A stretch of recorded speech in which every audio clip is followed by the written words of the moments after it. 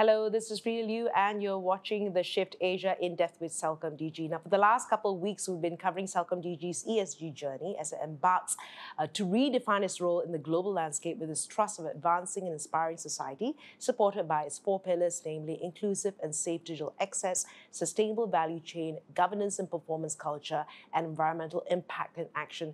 And this week, Philip Ling, Head of Sustainability at CelcomDigi, will be talking about governance and performance culture, that pillar, and this is where they're committed to delivering their business practices guided by the values of an ethical, progressive, agile, diverse, and high-performing company. A lot of work to do, Philip. Oh, yes. Right. Now, how is the governance and performance culture not business as usual, right? How will you be doing things at a different level and what needs to be looked into? Yeah. So for a governance perspective, so for every company, if you want to be sustainable in the long run, governance is a must, right? It's something that cuts across from the board level, from the tone from the top, all the way down to every employee. There are a lot of things within the company in CelcomDigi that we have zero tolerance for. Corruption, harassment, data breach. So there are certain things that needs to be communicated very clearly and embedded into culture. And whenever we use the word culture, like governance culture, it means that it's a journey.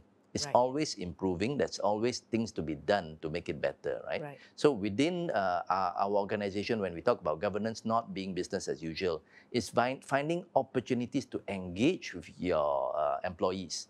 And many of times, this has to be a very specific scenario-based, because governance are often risk management, what happens when a supplier asks for a favor? What happens when a business partner or a government employee asks for something? What happens when you have a conflict of interest? Your spouse is working in a supply chain. So it has to be very scenario-based, so that people learn the various scenarios and how to respond and react or to report to that. Within that whole picture, again, same thing, prevention and cure, right? So you have preventive, which is all these policies and awareness, but you also need to have a very strong whistleblower platform. So for CelcomDigi, we use a third-party independent platform. Not only is it available for employees, it's available for customers as well as for suppliers. So if you come across any unethical behavior, if you come across certain things that you feel, even if you're not sure, even if it's a perceived conflict, a perceived unethical behavior, we encourage you to call that hotline, to talk through it, Yeah. And it's so interesting, it's scenario-based, because sometimes it's very subjective, right? And it's got to be, it might be a little bit different for different situations, right? Now, CelcomDigi received a 100% employee pass rate in integrity program assessment in 2023. How rigorous is that? What does it entail? So our One Compliance program looks mainly at 3 areas. One, which is a code of conduct, right? So within that, it covers a lot of employee codes of conduct. So that is, all trainings were run mandatory on our platforms, our learning platforms. The second program that we run besides code of conduct is conflict of interest, and then anti-corruption, right? Again, all these are, some of them are based on actual scenarios that we've picked up in the industry, whether by ourselves, by our suppliers and all those. So we put out that case, and often it becomes a bit more layered and complicated. Like you said, sometimes there's no direct answer, right? But at least it gives you the steps on how do you address it, who do you talk to, what are the type of information that you need to gather and collect, right? I think it's disclosure. It's disclosure. Right? And just the fact that if you're not sure, disclose. Yes. Right? So because it could be very subjective, and even if you think you're sure, just disclose, right? Just to be on the safe side. What is the talent succession framework that CelcomDigi is using at the moment? So the talent, again, we've merged. So now we are moving towards a telco tech, right? In the sense that we no longer want to compete just in the telco space, but we look at the future. It's a tech space, right? How do you compete in that space? And in order to move that, we need people who are next generation. So within our talent succession, we have something called a 10, 100, and 1,000. Right, so the first 10 and 100 looks at the leadership layers in the company. How are you preparing the next layer of leadership to take over? How are you exposing them to new opportunities, to new risk, to new ways of thinking, diversity, agile, even sustainability within this space? Then, as you look at the 1,000, you're also looking at talents who can thrive in the next era when the business pivots, right? So in this age where technology is moving so fast, new verticals are coming up, smart agriculture, smart logistics and all those. How are you training your internal people?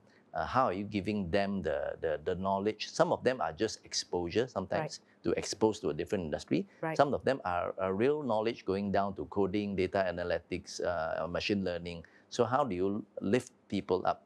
And then you are able to see who are the ones who truly want to be with the company moving forward with the aspiration.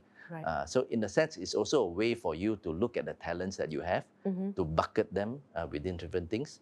So example, even ESG is no longer a sustainability function, right? It cuts across the whole company. So how do you even embed this understanding and learning into different parts of the functions of the company? And how do you upskill them so that they contribute to this aspiration in a sense? Okay. So I like that, the 10, the 100, the 1,000, right? So you're also building it from the ground up and then sort of moving them up the value chain within the organization. Now, as you were saying, CelcomDigi is guided by the values of an ethical, progressive, agile, diverse, and high-performing company. And what sort of training is provided, right, in that the workforce is progressive and agile? At this point, what we are looking at is that we do strategy execution every year, but we also do a breakdown of the strategy to all our employees. This is the strategy where the company wants to go. This is how we get there, and this is where you contribute. Right? So you get a very clear picture on what are the responsibilities, what are the requirements for you to contribute to this journey, right? And within that training is also change management, because the only constant is change. And in the tech industry, change is very fast, right? So that's where we need to put in a lot of this training in place for our people. And besides that, we are also looking at innovation, ambition. Again, now we are doing exposures not only for 5G, now we're starting to talk about 6G. Right? IoTs, even with all this ChatGPT 3.0 and the newer ones, right? So how do you bring employees as they work their daily functions?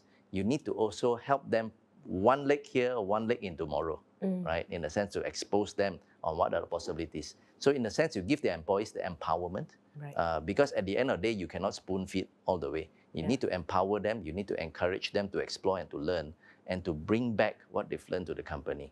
So you move as a whole. Right, but give them exposure and so what you said earlier as well, right? This journey where this is our goal, this is what, and where you fit in. So at least I know why I'm working, right? I fit into the bigger picture rather than turning up and saying, what in heavens am I doing here? What about the areas of DEI, right? And what track record do you have at the moment, and what are some future plans? So CelcomDigi supports various initiatives. So the 30% Club, United Nations Women Empowerment Program. We are also in Bloomberg's gender equality. So we could be one of the very few Malaysian companies within that global index, right? So again, we see the power in diversity. Again, we have 20 million customers, and these are very diverse customers. If my employee diversity cannot mirror that, it means that there are certain groups that I'm neglecting, right? So to be able to see that relation, that the more diverse your employees are, the more of your customers you're actually serving better. Right. So that's one way where we look at it. Currently, we've got a very healthy diversity. On the leadership level, it's 56 and 40. 59 and 41, 59 male and 41 one female. As organization as a whole, is 52 male and 48 female. So it's almost equal to a sense, right? And this gives us, again, the strength. Not only are we looking at gender as a diversity, we are looking at skills, we are looking at age, we are looking at various areas to build that diversity. And also location. Oh, yes. Right? Because they also, as you're saying, you should reflect your customer base as much as possible, and CelcomDigi is all over the country. We talk a lot about an empowered, skilled workforce. What is that picture of that empowered employee?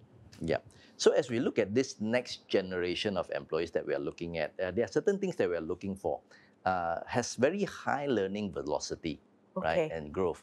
again, there are various platforms that young people can learn from today. Some are free, some are paid, right? So even in interviews, we would ask questions, what are you learning besides, where your degree is, are you moving beyond it, how ambitious are you, how comfortable are you to change? So a lot of those questions also kind of test your comfort level when it comes to uncertainty, when it comes to change, when it comes to pivoting, because I think those are all skills for tomorrow.